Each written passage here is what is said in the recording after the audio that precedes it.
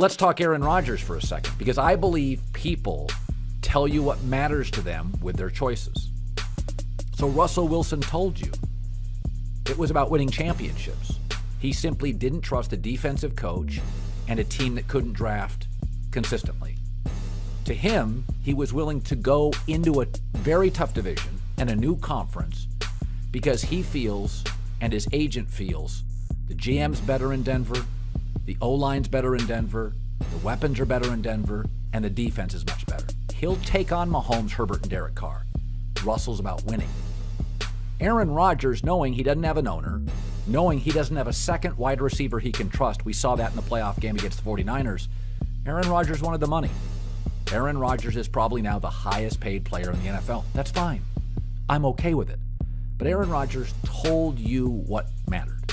Is it having the owner of the team that you play for being Michael Jordan? Like, are you guys able to lean on Mike for advice, for just for different questions that you may have, or is he not that connected with the team?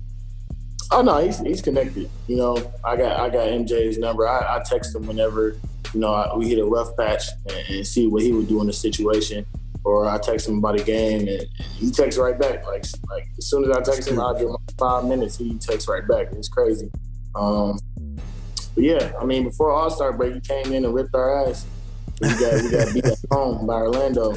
So he's very in tune with us, and it's just nice having the GOAT just being there for you at all times, being connected, and just being able to rely on him and have resources like that. So, I mean, it's good for me. Why do you think people come for you so much? What's the issue? It's so complicated. If I would like to really give you the deep answers, I think in some ways I'm an easy target in hip hop. There's certain things that it's like I'm a prominent voice, but a sort of non-threatening target that you think you can score a point on because I'm known, but also I'm sort of corporately tied up. So how far am I really going to go in retaliation? Like I'm kind of hamstrung. Even if I really wanted to go crazy, I can't really go all the way crazy. Did you know instantly that Marcus is the coach, that it just feel different?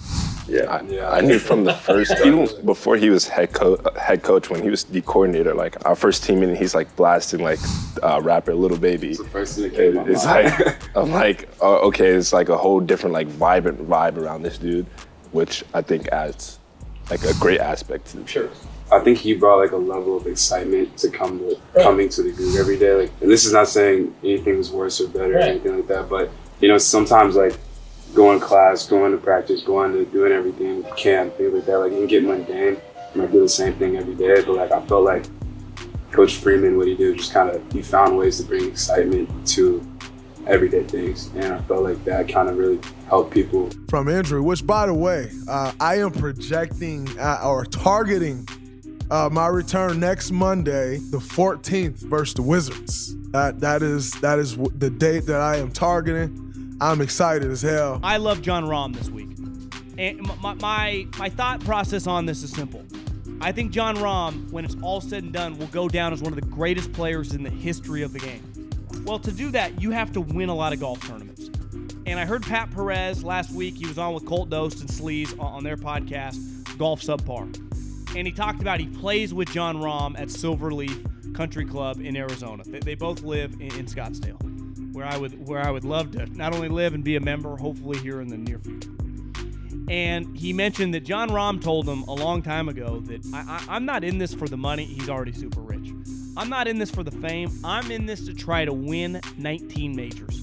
I'm in this to become a legend. Well, part of becoming a legend is rattling off some big boy tournaments. He was the best player in the Ryder Cup, though his team lost. But it was clear he dominated. Dear Colin, please give us more on why you think the Colts butchered the handling of Carson Wentz. I like Chris Ballard. I like Frank Reich. But as an NFL general manager told me about a year ago, we're all flippin' burgers. Our owners run the show. Jim Irsay is a volatile personality and impulsive. And because he's been promising things and we're going to get another Super Bowl And the whole Andrew Luck retirement has sort of put the franchise on edge and a little bit in a hole. They went big on the Carson Wentz contract and pursuit, and they landed him. And they're upset because he lost to the Jaguars. Because the Brooklyn Nets, similar to last year, lack defensive personnel. That was my biggest concern with the Brooklyn Nets last year, with all of the hype surrounding James Harden and Kyrie Irving and Kevin Durant. But when push came to shove, as that season was tailing off and as they went into the postseason, they were defending really well just by switching everything and by competing, being willing to slide your feet and try to keep people in front. I have a question that I need to know for myself, especially coming on the heels of you fucking talking about I'm the guy you're going to dunk on, which I think is absolutely ridiculous.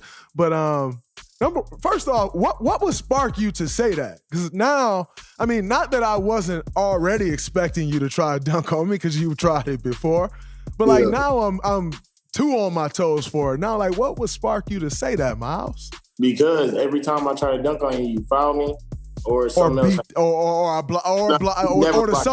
That shit out of here, Miles. You never blocked. You've never blocked. It's always been a foul every time. Every time. So with this clip, we're gonna pull a clip of me blocking your shot, and we're gonna post this when we promote this episode of the podcast. It's going to be a clip of me blocking your shot. Since you say I've never blocked your shot. Show the fouls too. No. We talking about the block. I see, because one thing, I didn't say I never foul you. I also didn't say I wouldn't foul you to stop you from dunking on me. I said you're not going to dunk on me. So I really don't care about the fouls. So I'm going to catch you. I'm going to catch you one day. Watch. It's going to happen. You get to start on my favorite conference, the Big Ten. Yeah, Big Ten is a really interesting conference because, well, it's deep and it's one of the best, as BJ alluded to.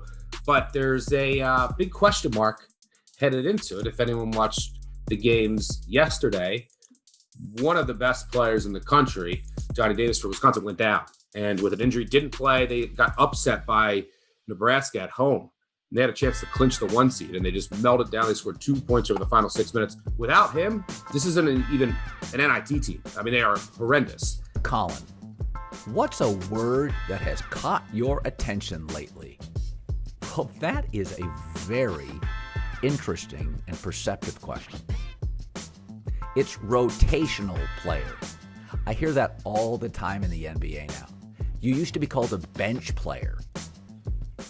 But stars, especially aging stars like Carmelo Anthony, don't want to be called bench players. So now they call them rotational players. It's like the word crispy. You ever notice that? They don't say fried chicken sandwich anymore. Delicious crispy chicken nuggets. Delicious crispy chicken sandwich. Words matter. People don't want to hear fried in 2022. Unless you're in California, you get up and wake and bake in the morning. You're going to be fried. But the NBA, which has become, as you know, very much a player league forever, but increasingly you're seeing aging stars being told they're important rotational players. Carmelo Anthony, ladies and gentlemen, comes off the bench. He is a bench player. Nothing more, nothing less.